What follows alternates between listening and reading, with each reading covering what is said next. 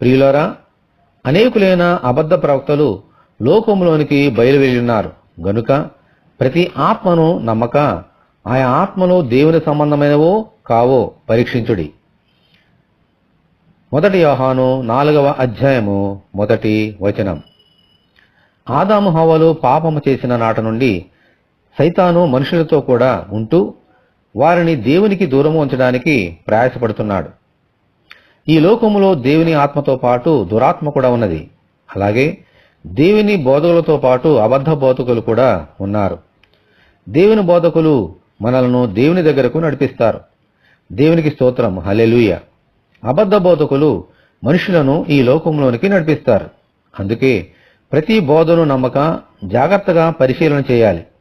ఏ కార్యం చేస్తే దేవునికి మహిమ కలుగుతుందో వాటినే చేపట్టాలి, మిగిలిన వాటిని విడిచిపెట్టాలి.